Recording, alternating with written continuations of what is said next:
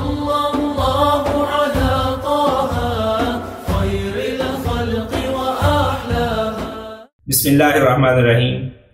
ناظرین، حق تعالی شانہ نے قرآن پاک کے اندر روزے کی فضیلت کا ذکر کرتے ہوئے یہ ارشاد فرمایا ہے کہ ایمان والو، تم پہ روزے اس لیے فرض کیے گئے ہیں تاکہ تم متقی بن جاؤ، پرہیزگار بن جاؤ۔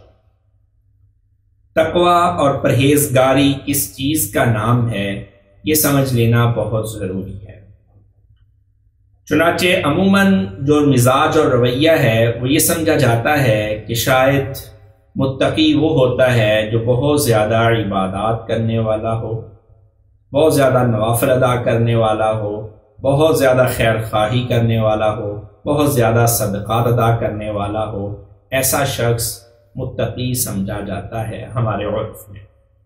لیکن اگر حقیقت میں دیکھا جائے تو متقی وہ شخص کہلائے گا جو اپنے آپ کو گناہوں سے بچا لے۔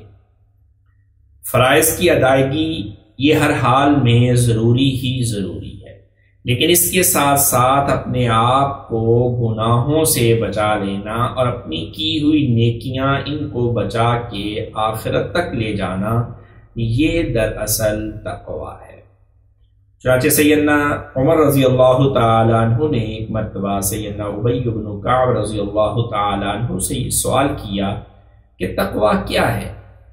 تو حضرت ابی بن کعب رضی اللہ تعالیٰ عنہ نے کہا کہ کیا آپ کبھی خاردار جھاڑیوں والے راستے سے گزرے ہیں؟ تو حضرت عمر نے کہا ہاں گزرا ہوں۔ تو حضرت ابی بن کعب نے کہا وہاں کیسے گزرتے ہیں؟ تو حضرت عمر رضی اللہ تعالیٰ عنہ نے کہا کہ وہاں سے گزرتے ہوئے میں اپنا دامن سمیٹ لیتا ہوں، اپنے کپڑوں کو سمیٹ لیتا ہوں کہ وہ کسی جھاڑی کے اندر الجھ نہ جائیں اور کپڑا پھٹ نہ جائے، نقصان نہ ہو۔ حضرت ابی بن کعب نے کہا یہی تقوی ہے کہ انسان اس دنیا کے اندر رہتے ہوئے اپنا دامن سمیٹ سمیٹ کر گزرتا چلا جائے اور اپنے آپ کو گناہوں کے اس ماحول سے بچا کے لے جائے، یہی تقوی ہے۔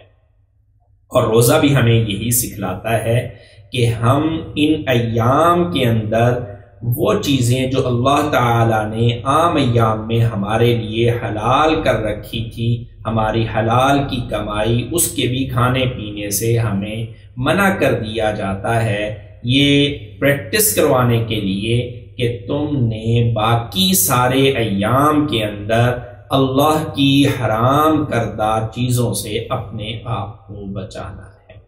یہ ایک پیریڈ دیا جاتا ہے، ایک دورانیہ دیا جاتا ہے 11 مہینوں کے بعد کہ یہاں ہم ان ایام میں اللہ کی حلال کردہ چیزوں کو بھی ایک وقت کے لیے، چند گھنٹوں کے لیے چھوڑ دیں تاکہ ہمارے لیے اللہ کی حرام کردہ چیزوں کو چھوڑنا بھی آسان ہو جائے۔